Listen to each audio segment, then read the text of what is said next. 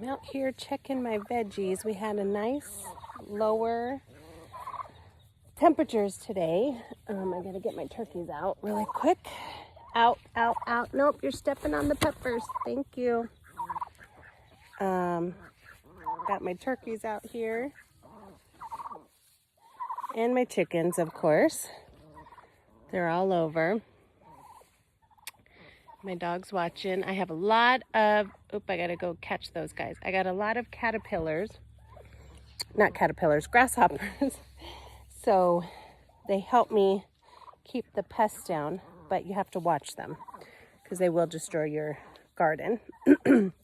But I wanted to quickly show that I was really worried about my tomatoes, but we got the water under control because we don't have drip lines. We just have the sprinklers. And they weren't getting enough water, so then we ended up doing it twice a day, and it helped immensely. I have a crazy amount of tomatoes. Those are huge, and those are cherry tomatoes. They're just starting to come to turn. I have lots. These are my Roma tomatoes.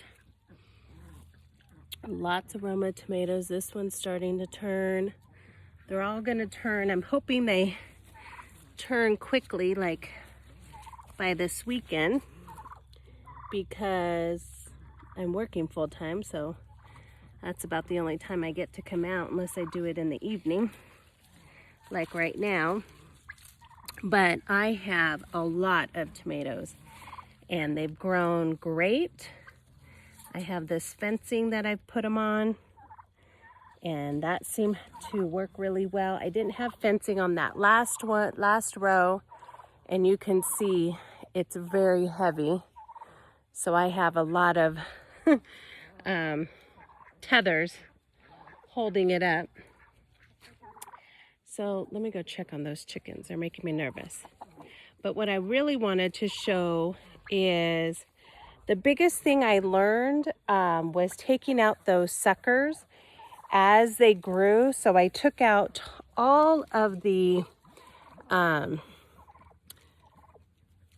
branches or leaves on the bottom until they got at least to as high as the fencing. Even this one I could probably take it out, but so I did that all along. That helped with any pests or mildew or anything like that. But in addition, let me see if I can find one. I think I had one up here, which made me think about it.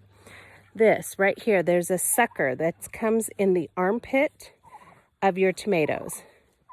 And the most important thing is to pull these out because they will get too bushy and they will not get enough ventilation.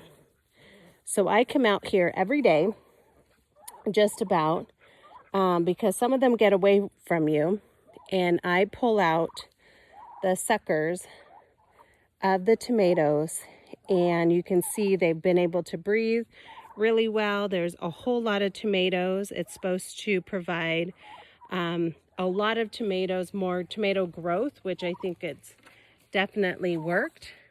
And so I'm definitely going to do that next year. I'm going to have to start canning because we got a lot of tomatoes and given to friends and family. But that is the biggest key that I wanted to make sure that I shared and recorded, that the biggest thing is to take out those suckers that are in the armpit of the branches because they get too thick and they don't get enough oxygen or breeze, airflow, and to grow, and they get too heavy and too bushy. So this has been a definite success. I don't have any bugs on them or anything. It's really been helpful, and I've done it for my cherry tomatoes. I have Roma tomatoes and I have brandy wine, like beefsteak tomatoes, which have taken a little longer to produce, but they're producing now. So I'm hoping they will turn and ripen, turn red and then ripen before our first frost, since we're just at the end of August. So I wanted to make sure I recorded, and I'm patient next year that the end of August is normal. It was really hot in July, in beginning of August, and now we're starting to taper down and cool a little bit more, which, I mean, my squash are doing great. They're all fruiting now, so I'm excited. I'm just hoping that I get to everything before the first frost, so we'll see. But I want to make sure I recorded that for the tomatoes, because that is key, I think, to a successful tomatoes, growing them successfully. So just make sure that you pull those out, and I'll show you one more, because here's one on the top, and it's hard to see because you think it's like the beginning. Sometimes it's the top of the tomato, but you have to make sure you just keep checking in those armpits to make sure that you pull out those suckers. And sometimes if you let them go too long, they will fruit. So they will, and it's hard to be disciplined enough, even though they have flowers on them, to pull them off if you let them go too long.